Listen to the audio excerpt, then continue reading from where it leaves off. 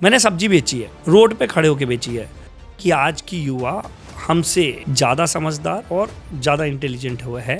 Job सबको करना ज़रूरी है। वो शहर छोड़ दीजिए जहाँ आपके आलोचना करने वाले लोग हैं। अप एंड डाउन्स आते ही आते हैं, फेलियर होता ही होता है। तो जब तक खुद घुस के आप काम नहीं करेंगे आप सीख नहीं पाएंगे। मैं अपने अंदर के बचपना को हमेशा जिंदा रखता हूँ।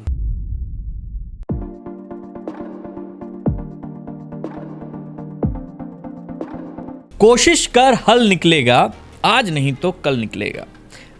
आज बातरस में एक ऐसी शख्सियत से आपकी मुलाकात कराते हैं जो जब उसने शुरुआत की थी तो सिर्फ एक सपना था और एक उम्मीद थी कि कोई तो है जो हाथ थामे रहेगा, और सफ़र शुरू कर दिया। वो सफ़र जब शुरू हुआ वहाँ से यहाँ तक पहुँचने में एक से शुरू हुआ था, अब 2000 प्लस तक है। कभी अपना ही खर्च, जेब खर्च निकालना मुश्किल था, अब समहाउ करोड़ों में सिर्फ सैलरी निकाल देते हैं। आज आपकी मुलाकात एक ऐसे शख्सियत से कराते हैं जो बड़े अच्छे मित्र भी हैं, बड़े अच्छे उद्यमी भी हैं, बड़े अच्छे मोटिवेशनल स्पीकर भी हैं और बड़े अच्छे व्यवसाय की दुनिया के कूटनीतिज्ञ कह सकते हैं आप। उम्र उनकी ज़्यादा नहीं है, लेकिन ये सारी जो विधाएं हैं उन सारी विधाओं के ज्ञाता हैं, और इसी वजह से उन्होंने अपनी कंपनी के 10 साल पूरे किए और उस 10 सालों के सफ़र को उन्होंने इस मुकाम तक पहुंचाया कि अब वो कंपनी हिंदुस्तान के सबसे बड़ी कंपनियों के लिए उनको सेवाएं देती है। रितेश जी, आपका बहुत बहुत स्वागत है। थैंक यू सो मच बातरस पे बात करने के लिए, आने के लिए। सबसे पहला सवाल तो ये कि जिस उम्र में नॉर्मली लोग सोच नहीं पाते हैं, कई बार लोग सोचना चाहते हैं लेकिन तब भी उनके दिमाग में नहीं आता है कि भाई हमको, जैसे आजकल की जो युवा पीढ़ी है वो बहुत जल्दी निर्णय लेती है, लेकिन आपने जब शुरुआत की थी तो आपने कब ये सोचा कि भाई मुझको अपनी एक पहल करनी है? क्योंकि नॉर्मली आपने भी जॉब से शुरू किया और फिर अचानक से ऐसा क्या हुआ कि आपने जॉब से स्विच किया और फिर ये जर्नी जो शुरू हुई वो जानना चाहेंगे। सो दिग्विजय जी, फैक्ट तो ये है कि जब आप कुछ करना चाहते हैं तो वो आपके दिमाग में back of the mind starting से होता है। अगर मैं अपनी बात करूं तो सच में मेरे दिमाग में स्टार्टिंग से एक चीज़ बैक ऑफ द माइंड रहा है कि मुझे अपना कुछ करना है। जब मुझे अपना क्या होता है इसका भी मतलब नहीं पता था। बचपन से आदत थी तो मैं कहता था, मुझे याद है कि मुझे कंपनी खोलनी है, उस कंपनी का नाम भी मैंने रखा हुआ था। वो मैन्युफैक्चरिंग यूनिट का कुछ सपना था, जो अभी भी सपना है, जिसको मुझे पूरा करना है। तो वहाँ से मुझे अपना कुछ करना है वाली चीज़ें बैक ऑफ द माइंड हमेशा से चलती आ रही थी। रही बात जॉब की, तो जॉब देखिए मुझे लगता है सबको करना ज़रूरी है। मतलब आपके पास अगर बैकग्राउंड भी है बिजनेस का तो भी आपको पहले उस व्यापार में, उस बिजनेस में घुसकर उसे एज ए एम्प्लॉय करना चाहिए, उसे सीखना चाहिए, उसमें आप क्या बेस्ट दे सकते हैं, और किसी अच्छे अनुभवी के मार्गदर्शन में इन सारी चीज़ों को करके तब आपको अपना कुछ स्टार्ट करना चाहिए, जो मुझे लगता है।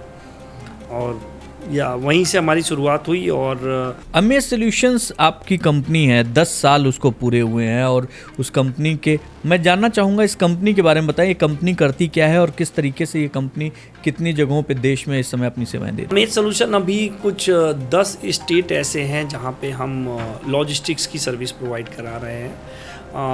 फ़िलहाल में अभी हम भारत के अंदर ही सारी सर्विसेज दे रहे हैं, और फ्यूचर में प्लान है ये कुछ और कंट्रियों में इसके ब्रांचेज और इस कंपनी को खोलने का। जितनी भी ई कॉमर्स कंपनी है उसके लिए लॉजिस्टिक्स एक ऐसा फील्ड है जिसमें आप अपना करियर, एक बेहतर करियर चुन सकते हैं। एक ऐसा फील्ड जो ऑपरेशन और प्रोसेस और डिसिप्लिन से भरा हुआ है। एक ऐसी अपॉर्चुनिटी जिसमें बहुत सारे अवसर हैं। एक ऐसा सेक्टर जिसके बिना हर एक लाइन अधूरा है। या तो फिर आप हॉस्पिटैलिटी की बात कर लीजिए, या फिर आप फूड इंडस्ट्रीज़ की बात कर लीजिए, आप FMCG की बात कर लीजिए, आप कहीं भी चले जाइए, ट्रांसपोर्टेशन, लॉजिस्टिक्स, चीज़ों का एक जगह से दूसरी जगह पहुंचाना और वो सर्विस देना, ये लॉजिस्टिक्स है। और इसके बिना सारी चीज़ें अधूरी है। तो मुझे लगता है कि करियर बनाने के लिए भी एक बहुत ही शानदार फील्ड है। और कितनी भी आप टॉप लेवल की कंपनियां देख लीजिए, चाहे आप MNC कंपनी देख लीजिए या भारतीय कंपनियों को देख लें, आप अमेज़ॉन, फ्लिपकार्ट और मिंत्रा, किसी भी कंपनी की बात कर लें, ये कंपनी कितनी भी बड़ी हो जाती हैं, एक ई-कॉमर्स प्लेटफॉर्म प्रोवाइड कर रही हैं जहाँ पे हमारी 100 करोड़ की जनता रोज़ शॉपिंग कर रही है। सारे नहीं तो मैक्सिमम लोग उस पर, लाखों करोड़ों में लोग उस पर आ रहे हैं, शॉपिंग कर रहे हैं। बट वो शॉपिंग करने के बाद क्या, आपने तो वहाँ पे सेलेक्ट कर लिया, उसके बाद सामान का एक जगह से दूसरी जगह ट्रांसफ़र करना, वो एक सिटी से दूसरी जगह उसको प्रोवाइड कराना, ये सारी जिम्मेवारी एक लॉजिस्टिक्स के ऊपर आती है, जो लॉजिस्टिक्स का पार्ट है। और मुझे लगता है कोविड में भी अगर कोई भी इंडस्ट्रीज़ की बात करें तो गिन के कुछ ही इंडस्ट्रीज़ है जो अच्छा ग्रोथ किया, जिसमें लॉजिस्टिक्स एक रहा, बाकी आप हॉस्पिटल और इस सर्विसेज की बात करें वो तो था ही। इवन रेस्टोरेंट सर्विसेज भी काफ़ी इम्पैक्ट हुई, बट लॉजिस्टिक्स सर्विसेज मेंटेन रही और ग्रोथ की। इन्हीं सब अपॉर्चुनिटियों को देखते हुए, और दूसरी तरफ अगर आपके अंदर सर्विस या सेवा की भावना है तो आप समझिए, सही बताएं तो कोविड के टाइम में हमने इस पे ज़्यादा फोकस किया। हमने अपने प्रॉफिट और व्यापार के अवसर को कम ध्यान देते हुए ज़्यादा ध्यान हमने इस चीज़ पे दिया कि दवाइयाँ हैं तो ज़्यादा से ज़्यादा लोगों तक दवाइयाँ कैसे पहुंचाई जा सके बिना किसी एक्स्ट्रा की, बिना किसी सर्विस चार्ज के। क्योंकि मुझे पता है मेरी टीम अगर ग्राउंड पे अवेलेबल है और व्यापार करने बैठा हूँ तो मुझे लगता है कि अगर 10 रुपीज़ उसका एक दिन की एक्सपेंस निकलता है, एक दिन का 10 रुपीज़ का मैंने एक्सपेंस अर्न कर लिया है, तो बाकी पे मैं सर्विस चार्ज फ्री कर देता था। तो और मेरा एम यही रहता था कि ज़रूरी नहीं है कि आप सामान कहीं से ख़रीद रहे हैं तो उसी को हम पहुंचाते थे। कुछ ऐसी सर्विसेज जैसे कई सारे हॉस्पिटल, कई सारे पेशेंट हैं, किसी को ऑक्सीजन की सिलेंडर की ज़रूरत पड़ गई, किसी को किसी ऐसे मेडिसिन की ज़रूरत पड़ गई जो आसपास कहीं अवेलेबल नहीं है, वो सारी चीज़ें हमने प्रोवाइड करने की कोशिश की। कई जगह सोसाइटियों में, कई जगह शहरों में ऐसे जगह थे जहाँ पे एम्बुलेंस नहीं प्रोवाइड हो पा रहा था ईज़िली, तो वहाँ पे हम अपनी गाड़ियों से, बहुत दुख की बात है, वो डेड बॉडी भी पहुंचाना पड़ रहा था, वो बहुत भारी हो गया था उस समय ये सिचुएशन देखना। बट उन सारी चीज़ों को, सर्विसेज को प्रोवाइड किया, तो वहाँ भी मुझे समझ में आया कि ये एक ऐसा फील्ड है जहाँ लोगों को जिसकी हमेशा ज़रूरत रहेगी। रितेश जी, जब भी जो है ना कोई काम शुरू करता है तो उसका एक होमवर्क होना चाहिए। अभी बहुत सारे युवा हैं जो देख रहे हैं, जो चीज़ें जो है सीखना चाह रहे हैं, जो करना चाह रहे हैं, खासतौर पे जो बिजनेस माइंडेड लोग हैं, ऐसे लोगों को किसी भी बिजनेस में, खासतौर पे आपका लॉजिस्टिक्स का बहुत बढ़िया अनुभव है, तो वो क्या होमवर्क करके इस फील्ड में आए? एक चीज़ मैं ज़रूर बोलना चाहूँगा। पहली चीज़ तो ये है कि आज की युवा हमसे या फिर हमारे जनरेशन के किसी भी लोगों से ज़्यादा समझदार, ज़्यादा अच्छा ग्रास्पिंग पावर और ज़्यादा इंटेलिजेंट हुआ है। उनकी कैपेबिलिटी और उनकी क्वालिटी पे हम डाउट नहीं कर सकते, बशर्ते उनको सही मार्गदर्शन मिले। अब बात आती है व्यापार की, तो देखिए मेरा अपना जो अनुभव रहा है वो बड़ा सिंपल सा रहा है कि हम किसी भी फील्ड में अगर उतरते हैं, कोई भी काम करना चाहते हैं, तो डायरेक्ट अगर मैं उसको एज ए बिजनेस ओनर बन के और व्यापार को मार्केट में लेके जाके करने से बढ़िया है कि पहले हमें नी डाउन करके, स्लीप फोल्ड करके खुद वो काम एज ए एम्प्लॉय करना चाहिए। मुझे ग्राउंड पे वो काम सीखना चाहिए। मैं आपको बताऊं, मैंने लॉजिस्टिक्स का काम किया है। आफ्टर कंप्लीटिंग माई MBA मैं अपनी टीम के साथ दरवाजे पे जा के डिलीवरियाँ भी करता था। उससे ना आपको लोगों की टेंडेंसी समझ में आती है कि कस्टमर आपका क्या चाहता है, किस टाइप की सर्विस चाहता है, और आपकी जो ग्राउंड की टीम है वो किस टाइप की सर्विस दे रही है और वो कितना बॉदर्ड है। क्योंकि देखिए कहना तो बहुत आसान है कि ईमानदार टीम मिल जाए तो चीज़ें बहुत अच्छा सक्सेस हो जाती हैं। टीम में हर किसी को ईमानदार और हार्ड वर्किंग होना चाहिए। परंतु सच ये है कि जब आप किसी एक मास को हैंडल कर रहे हैं, आप क्राउड को हैंडल कर रहे हैं, तो सारे लोग आपके विचार से चलें ये ज़रूरी नहीं है। सबके विचार अलग होंगे, किसी लोगों के काम करने के तरीके अलग होंगे, कुछ के नियत भी अलग होंगे। तो उस चीज़ को समझने के लिए आपको ग्राउंड पे काम आना ज़रूरी है। तो मेरा लोगों से या आज की युवाओं से जो किसी भी व्यापार में घुसना चाहते हैं, इसके बारे में एक ही बात बोलूँगा कि अक्सर हम क्या करते हैं, हम यूट्यूब पे देख लेते हैं और हम कहते हैं ये वाला बिजनेस बढ़िया है, या फिर हम ये देखते हैं अच्छा XYZ person is getting earning money, या उसके एक्सपोज़र या फिर ये समझ लीजिए उसके बाहरी पहनावे और गाड़ियाँ और लग्जरी को देख के हमको लगता है कि यही बिज़नेस सबसे बढ़िया और सबसे अच्छा प्रॉफिट है, इसमें तो कुछ करना ही नहीं है। लेकिन एक्चुअल रियलिटी ऐसा नहीं है। उसके ग्राउंड में उसके पीछे जो उसने मेहनत की है, या आपके सामने वो हो सकता है कि वो BMW से उतर के कोट झाड़ के सामने खड़ा हो गया है, लेकिन उसके पीछे उसने कितनी रातें अपनी गंवाई हैं वो समझना ज़रूरी है। ग्राउंड पे काम करना ज़रूरी है। मैंने बहुत अच्छे लोगों को देखा है जो बहुत सीनियर पोजीशन पे हैं, जो बहुत अच्छा व्यापार कर रहे हैं, और हमें लगता है कि यार उनके टीम ही सब कुछ संभाल लेती है, क्या करते हैं। बट मैंने और करीब से जब देखा तो मतलब हैट्स ऑफ कि वो मतलब मैं नाम लेके बंदे का लेना चाहूँगा, मिस्टर सैमुअल थॉमस। वो किसी एक कंपनी में CEO के पोजीशन पे रहे हैं, MNC कंपनी में। उनको और उनकी टीम इतनी स्ट्रॉन्ग और इतनी अच्छी थी कि आज के डेट में इंडिया में बहुत अच्छे कंपनी मतलब आप समझ लीजिए ई-कॉमर्स कंपनी में सक्सेस हुए ई-कॉमर्स कंपनी को वो चला रहे थे, और सारे टीम में उनके सारे B स्कूल से लोग और बहुत क्वालिटी के पीपल थे। बट ऐसा नहीं था कि वो बंदा कभी मेहनत नहीं करता था। मैंने उस बंदे को सुबह 4 बजे से लेकर रात के 1 बजे तक मेहनत करते देखा है।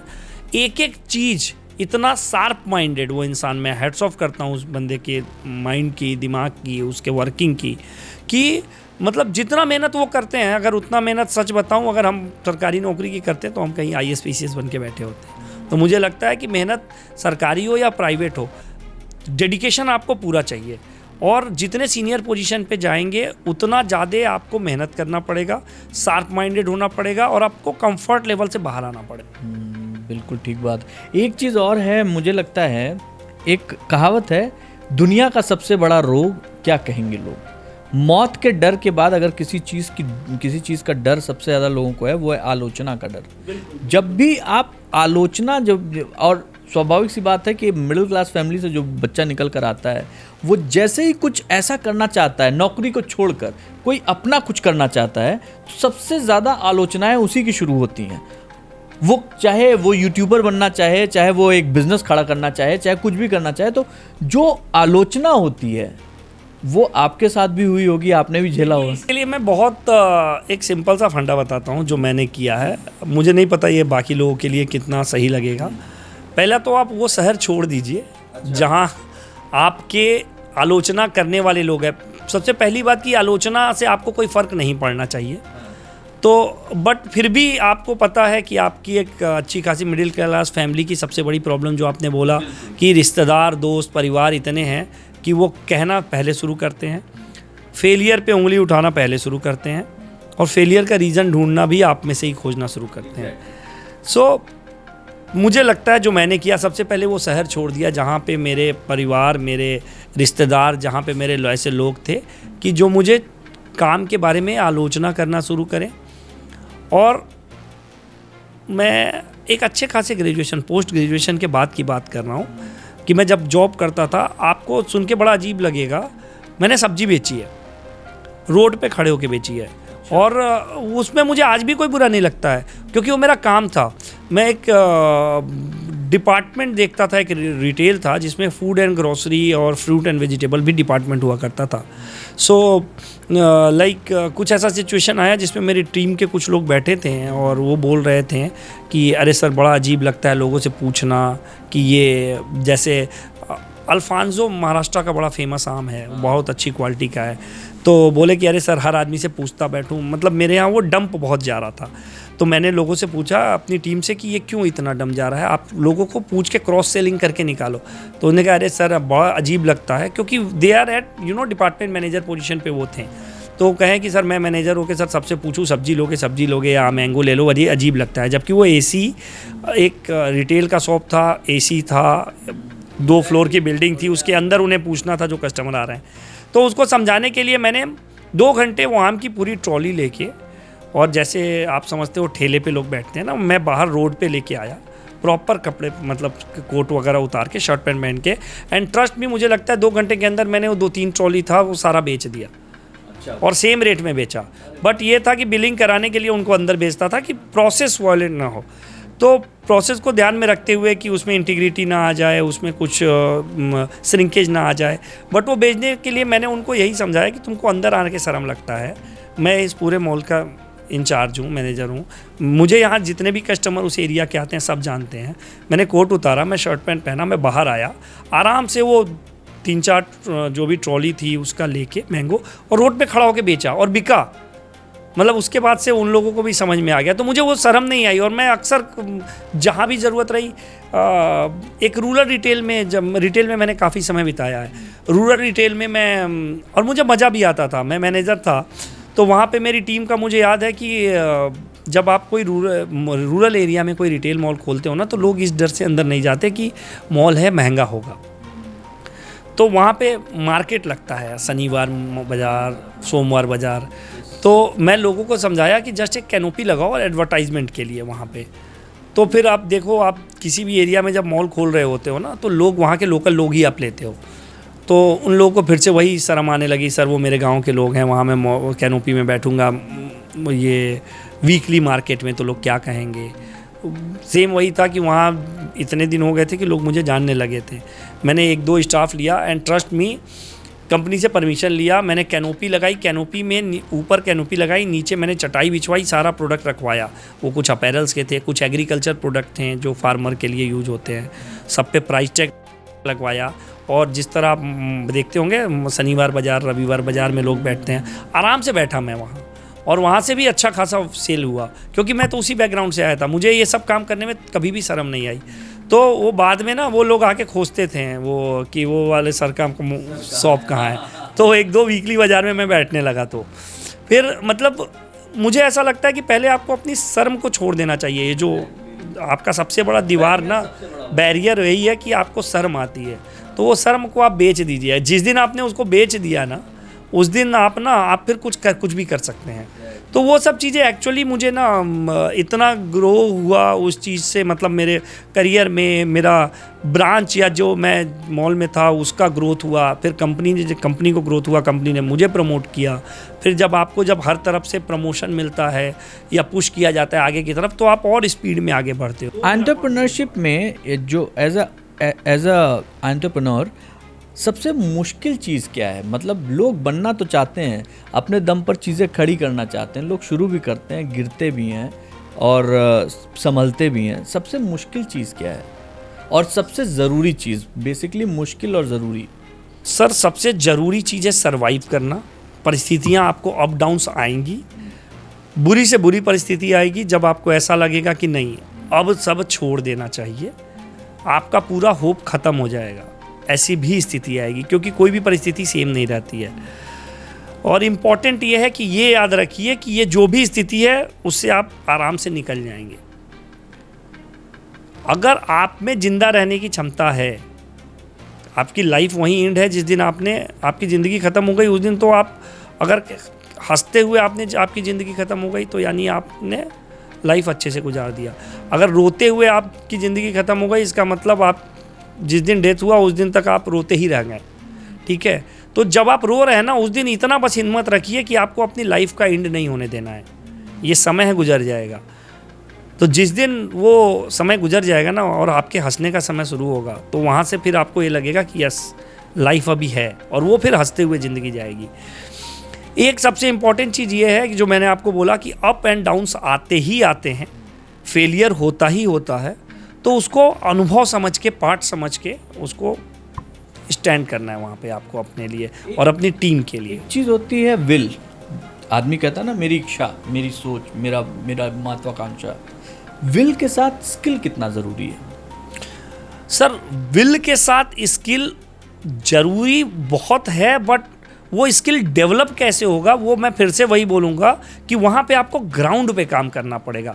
स्किल सिर्फ बुक पढ़ के नहीं आएगा, Exactly, वही कहना पूछने का डिग्री मतलब लेके नहीं आएगा। जब तक आप खुद ग्राउंड, इसके लिए ना आपको पहले अपने अंदर का अहम ख़त्म करना पड़ेगा। मैं मालिक हूँ, मैं सीनियर हूँ, मैं ये काम क्यों करूँ, मेरी टीम क्या कहेगी, ये छोड़ के ना आपको जब तक खुद घुस के आप काम नहीं करेंगे आप सीख नहीं पाएंगे। आज के पहले का मैं आपको सच बताऊं, मैंने कम से कम, और एक्सेप्टेंस लेवल, मैंने कम से कम 10 बिज़नेस ऐसा स्टार्ट किया जब जो नए नए टाइप बिज़नेस लाइन थे। मैंने बहुत सारे बिज़नेस स्टार्ट किया। मैंने ट्रेडिंग स्टार्ट की, मैंने मैन्युफैक्चरिंग स्टार्ट की, मैंने अपैरल्स में अपने ब्रांड के कुछ प्रोडक्ट लॉन्च किए, मैंने शूज़ आगरा में कुछ मैन्युफैक्चर करवाता था और अपने ब्रांडिंग से लॉन्च किया। बहुत सारी चीज़ें की। मैंने ई कॉमर्स कंपनी स्टार्ट की। कई जगह मैं फेल भी हुआ। और दूसरा जो आपने स्किल बोला कि ये वो फील्ड था कि गलती है सर, और उसको मैं कैमरे के सामने भी एक्सेप्ट कर सकता हूँ कि मेरे पास जब प्रॉफिट आने लगा, कंपनी में पैसा आ गया, तो मैंने कहा चलो ये बिज़नेस में हाथ डाल देते हैं, चलो ये बिज़नेस कर लेते हैं। बट वहाँ पे स्किल वाली प्रॉब्लम आई। उस फील्ड में मैंने ग्राउंड पे कभी काम नहीं किया था, तो वहाँ पे मैंने बर्न भी किया। बट हाँ, बर्न करने का मतलब ये नहीं होता है कि मैं बर्न करते गया। जब मुझे लगा कि नहीं, अभी मुझे इस फील्ड में और सीखना है, तो कुछ तो अनुभव मुझे वहाँ स्टार्ट किया, और जब लॉस हुआ तो उससे समझ में आया। बाकी अनुभव के लिए मैंने अपने आप को होल्ड किया कि इसको मैं पहले इस्टेब्लिश कर लूँगा। जो भी मेरा एक सपना है कि इसको मैं एक 500 करोड़ की कंपनी अगले 4 साल में बना लेता हूँ, उसके बाद विल गो फॉर इन्वेस्टमेंट और बाकी चीज़ों पे जाऊँगा। उसके बाद विल स्टार्ट कोई नया बिजनेस लाइन स्टार्ट करने में कोई प्रॉब्लम नहीं है, बट आपको वो स्किल होनी चाहिए, आपको उसका ग्राउंड नॉलेज होना चाहिए। एग्जैक्टली, बिल्कुल ठीक बात है। एक चीज़ हम लोग अक्सर भूल जाते हैं, या फिर अभी फ़िलहाल आप कितने एम्प्लॉय को जो है क्या केयर टेक कर रहे हैं, कितने एम्प्लॉय हैं आपकी? एम्प्लॉय को हम केयर टेक नहीं कर रहे हैं, टेक केयर वो हमारा कर रहे हैं, क्योंकि मेरे घर की रोटी उन्हीं से चल रही है। That is the reality. कितने आपके, तो ये करीब कंपनी के कितने पारिवारिक सदस्य हैं? डायरेक्टली इनडायरेक्टली बात करें तो ये करीब इस समय 3000 प्लस एम्प्लॉय हैं जो मेरा घर चला रहे हैं। अब 3000 प्लस लोग अगर किसी परिवार में जुड़े हुए हैं, तो जितने बर्तन उतना खटपट होती है, तो टेंशन होती है, दिमाग स्ट्रेस लेवल बढ़ता है, चीज़ें होती हैं। तो ये सारी चीज़ें भी आपके सामने आती होंगी। ये इससे बचने का या इससे लड़ने का क्या तरीका, क्या फार्मूला है? सर सबसे पहली बात कि बहुत बड़ी बड़ी कंपनियां हमारे देश में हैं, हमसे कम उम्र के लोग, युवा लोग बहुत अच्छी कंपनियां और अच्छे नंबर ऑफ़ एम्प्लॉय के साथ चला रहे हैं। तो ये नंबर कुछ भी नहीं है, 2-3 हज़ार लोग अगर जुड़े हैं तो, और हमसे बेहतर मैनेज कर रहे हैं। बट मैं यही मानूंगा कि कोई भी कंपनी हो, अगर उसमें प्रोसेस और डिसिप्लिन है तो बर्तन कोई भी खटपट नहीं करता है, कोई भी आवाज़ नहीं करता है। हम अगर उसको ऊंचाई से गिराएंगे तभी आवाज़ करता है। हमने नीचे ना फ्लोर लगा रखी है, and that floor is of discipline. अगर आप डिसिप्लिन का फ्लोर लगा दिए हैं तो बर्तन को कितनी भी ऊंचाई से गिराएंगे वो ना टूटेगा ना आवाज़ करेगा। स्ट्रेस लेवल कैसे कम करते हैं आप अपना? मतलब अगर कभी आपको, ऑब्वियसली ऐसा तो हो नहीं सकता कि जो है चीज़ें ना आए, तो देखिए स्ट्रेस लेवल कम करने की बात करें तो जो सही तरीका है वो मेडिटेशन है। सुबह टाइम पे उठना, वॉक करना, मेडिटेशन करना। बट मेरा तरीका थोड़ा अलग है। मैं अपने अंदर के बचपना को हमेशा ज़िंदा रखता हूँ। मैं बच्चों के साथ बच्चा बन के मस्ती करता हूँ, और कई बार बड़ों के साथ भी बच्चा बन के मस्ती करता हूँ। हाँ, बट फैमिली में तो अपने अंदर का बचपना ज़िंदा रखेंगे तो हमेशा आप ज़िंदा दिल रहेंगे। सबसे ज़्यादा आप देखेंगे ना एनर्जी लेवल बच्चों में होता है, शर्म बच्चों में कभी नहीं होता है। आप देखेंगे स्टेज पे बच्चे को खड़ा कर दो, वो खड़ा हो जाएगा। वो बच्चे के प्रोग्राम में वो कभी हेजिटेट नहीं करेगा। बच्चे को कुछ भी काम कर दो ना, वो कभी ये नहीं सोचेगा लोग क्या कहेंगे। इवन लोग कुछ कहते हैं तो वो और हंसता है, ठीक है। सो वो सारी चीज़ें मेरे में वही बचपने से आई हैं कि वो मैं अपने अंदर का बचपना जिंदा रख। आपकी जो कंपनी है वो 500 करोड़ की तरफ अग्रसर है, लगातार कोशिश कर रहे हैं, चीज़ें बहुत स्ट्रीमलाइन इस तरीके से चीज़ें चल रही हैं कि वो वहाँ तक पहुँचे, इंशाल्लाह वो पहुँचेगी भी। मैं ये जानना चाहूँगा कि जो युवा पीढ़ी आपको देख रही है, जो शुरू करना चाह रही है, वो उनके लिए आप क्या कहना चाहेंगे? उनको किस तरीके का होमवर्क करके आना है? उनको पहले तो ग्राउंड की चीज़ें सीख के आनी है, जो करने जा रहे हैं वो चीज़ें खुद करके सीखिए। दूसरा, अपने अंदर की ईमानदारी, ऑनेस्टी वो हमेशा ज़िंदा रखिए, और ये चीज़ हमेशा अपना ज़िंदा रखिए कि आपको हार नहीं मानना है। कोई भी चीज़ आपको बिल्कुल तोड़ नहीं सकती, झुका सकती है, तोड़ नहीं सकती। दूसरा, आपके अंदर विल पावर, इट मीन्स आपको कभी ये नहीं सोचना चाहिए कि मैं हार जाऊंगा, फेल होऊंगा तो क्या होगा।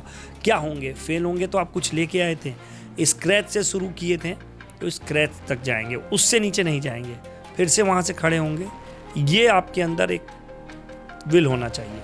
ये दो चीज़ें हैं जो मुझे लगता है कि वाकई ये अपने आप में कमाल है, और उम्मीद करता हूँ वो लोग जो अपने जीवन को एक दिशा देना चाहते हैं और अपनी दशा बदलना चाहते हैं, उनके लिए ये बातरस का एपिसोड बहुत काम आएगा, क्योंकि जिस उम्र में रितेश जी आप यहाँ तक पहुँचे हैं और जो विजन लेके चल रहे हैं, उम्मीद करते हैं कि नेक्स्ट टाइम जब हम लोग मिलेंगे तो 500 करोड़ की कंपनी वाले रितेश श्रीवास्तव से मिलेंगे। Thank you so much.